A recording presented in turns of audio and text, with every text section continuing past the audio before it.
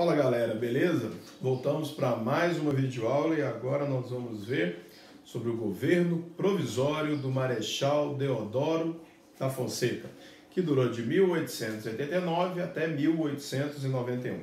Na última videoaula nós tínhamos falado sobre a proclamação em si da República, mas tem um detalhe. Pelo que eu havia falado com vocês, no dia 15 de novembro de 1889, Deodoro da Fonseca tinha tirado o Visconde de Ouro Preto do cargo, mas ainda não tinha feito a República.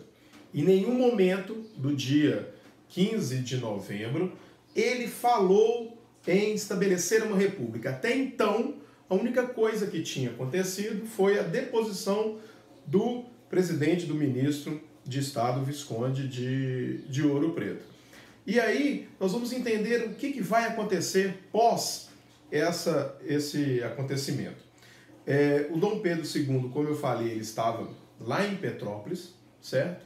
Ele recebe a notícia.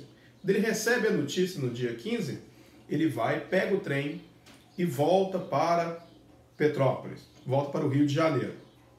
A família real, a Princesa Isabel, o Conde D, os netos, estavam no Rio de Janeiro. O Conde D teve uma ideia de que era necessário fazer uma reação. E, ao invés de Dom Pedro vir para o Rio de Janeiro, eles iriam para Petrópolis. De Petrópolis, eles iriam para Minas Gerais. E aqui em Minas, eles organizariam uma contraofensiva contra o exército, contra Deodoro, e assim poderiam retomar o poder.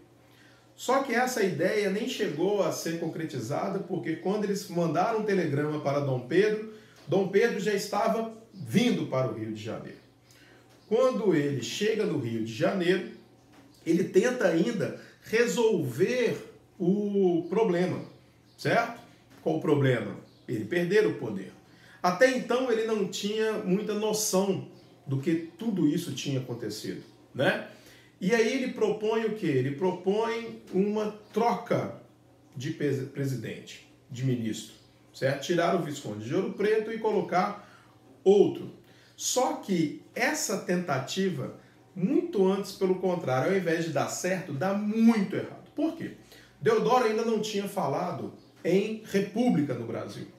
E aí Dom Pedro tem a ideia de entregar para presidente do Conselho de Ministros o cargo para um senador do Rio Grande do Sul chamado Silveira Martins. Só que ele não sabia que esse Silveira Martins era um dos piores adversários políticos e da vida de Deodoro da Fonseca. E aí, ele chega no Rio de Janeiro por umas 2 horas da tarde, tem reuniões com vários conselheiros e tal, e manda uma carta para Deodoro às 11 horas da noite, falando que, olha, o próximo ministro vai ser Silveira Martins.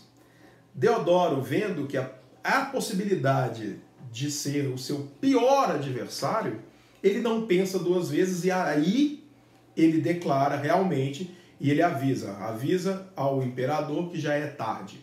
Estamos numa república, certo? Então, uma das primeiras medidas provisórias do governo de Deodoro da Fonseca foi o banimento da família real.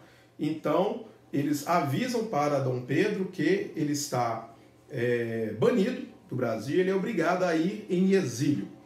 E aí, no dia 17, na madrugada do dia 17 de novembro, lá por umas 3 horas da manhã, Dom Pedro II pega um navio e vai com a sua família para a Europa. Primeiro ele chega em Portugal, fica lá um tempo em Portugal, um pouco menos de um mês, a imperatriz Teresa Cristina morre, e depois ele vai para a França em 1891, ao fim do governo provisório.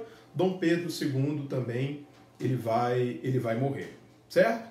E aí, entre as medidas provisórias, além do banimento da família real, está a extinção dos órgãos monárquicos, o fim do poder moderador, o fim do Conselho de Ministros, o fim de todos aqueles órgãos que eram exclusivamente da monarquia, certo? Convocação de uma Assembleia Constituinte para fazer uma nova Constituição. Porque a Constituição de 1824 era uma Constituição monárquica. Agora é necessário uma Constituição republicana, tá? E o governo provisório, ele fica a cargo de quem? Vocês lembram aquelas pessoas que ajudaram nas manipulações para a questão da proclamação da República? Elas também vão fazer parte do governo. Deodoro da Fonseca, ele se torna o chefe do governo provisório. Ainda não se falava muito em presidente, certo? Quintino Bocaiúva, ele se torna o ministro das Relações Exteriores.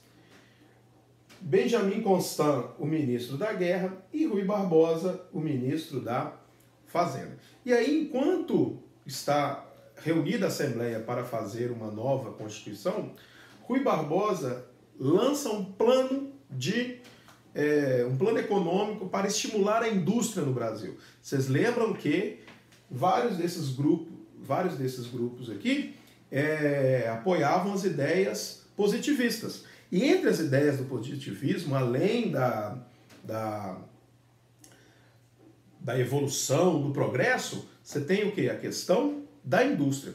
E aí, Rui Barbosa lança o encilhamento, que era, como eu já disse, um plano para estimular a economia. Como que ele ia se dar? O governo iria emitir dinheiro, fabricar dinheiro, emprestar esse dinheiro para quem tinha o interesse em industrializar o Brasil. Só que esse plano não deu certo, muito antes pelo contrário. Por quê? Você emitir dinheiro sem lastro, ele vai gerar o quê? Ele vai gerar desvalorização da moeda, ele vai gerar inflação. Além de tudo, o Brasil não se tornou industrializado. Por quê? Muitos desses empréstimos foram feitos para cafeicultores, que pegavam o dinheiro e ao invés de realizar a indústria, comprar máquinas e etc., não, pegavam esse dinheiro e jogavam nos cafezais. E aí você pega, o Brasil entrou, já início de república, ele entra com uma crise econômica, inflação e fraudes. Uma coisa que não existe no Brasil, né? Isso aí ainda bem que só existe em outros países, mas nessa época tinha fraudes aqui, tá? E aí, em 1891, nós temos a nossa segunda Constituição. Primeira determinação, o Brasil se torna uma república federativa. O que é isso? Os estados passam a ter poder. Poder de quê? Poder, os governadores, por exemplo, eles podem pedir empréstimos, eles podem fazer obras, eles podem cobrar impostos, eles podem ter polícia. Você pega hoje em dia, a polícia militar é uma polícia do Estado, não é da nação, não. Certo? Então dá mais poder aos estados. O Brasil, ele deixa de ser uma monarquia, se torna uma república com o nome Estados Unidos do Brasil. As províncias passam a ser chamadas de estados. 3 poderes independentes, executivo, legislativo e judiciário, como é hoje em dia. A separação da igreja e do Estado, então nós temos o início do certidão de casamento, certidão de nascimento, certidão de óbito. Por quê? Até então todos esses documentos eram dados pela igreja, certo? Agora não, agora você tem uma separação entre Estado e Igreja Católica. E voto direto para todos os cargos do Executivo e do Legislativo.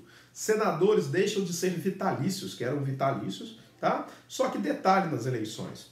O voto era direto, mas era aberto, ele não era secreto. A pessoa chegava e falava o seu voto. E, além disso, só podia votar homens acima de 21 anos e alfabetizados. Excluía mulheres, analfabetos, menores de 21 anos, padres e soldados. Padres e soldados por quê? Porque tanto o exército quanto a igreja, você tem uma questão de hierarquia. Então, para evitar que alguém num cargo superior mandasse, vamos supor, um tenente mandar um soldado votar em alguém, um bispo mandar o padre votar em outra pessoa. Então, devido a essa questão de hierarquia, não podiam participar da votação. E uma coisa, um detalhe, da mudança da bandeira. A bandeira que era desse jeito, passa a ser desse jeito. Aí você pega, mas a mudança é o quê? O ordem e progresso, influenciado pelas ideias o quê? Positivistas. E aí vocês já ouviram falar que o verde são as matas, o amarelo, o ouro? Mentira, gente, só mudou a explicação. Porque o verde, como vocês viram, já existia. Era da família dos Bragança, de Portugal. E o amarelo era a cor da família dos Habsburgo, família da imperatriz Leopoldina, Dom Pedro I e Leopoldina. Então mantém as cores, só que agora com explicação diferente, e passa a ter o quê? O símbolo do positivismo, que passa a ser a nossa nova bandeira, ok? Próxima aula nós voltamos então com o governo de Deodoro da Fonseca, que se torna o primeiro presidente do Brasil eleito de forma indireta. Mas é isso, é coisa para a próxima videoaula. Falou, galera, um abraço, fui!